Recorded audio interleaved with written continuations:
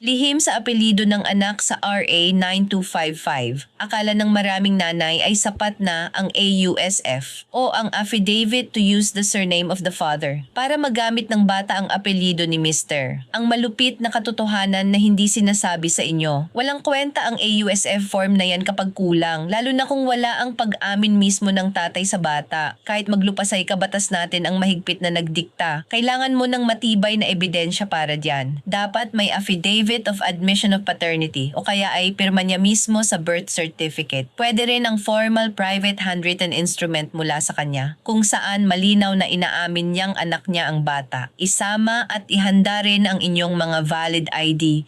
Huwag pumayag na verbal na pangako lang ang usapan dahil pagdating sa ahensya ay papel ang labanan.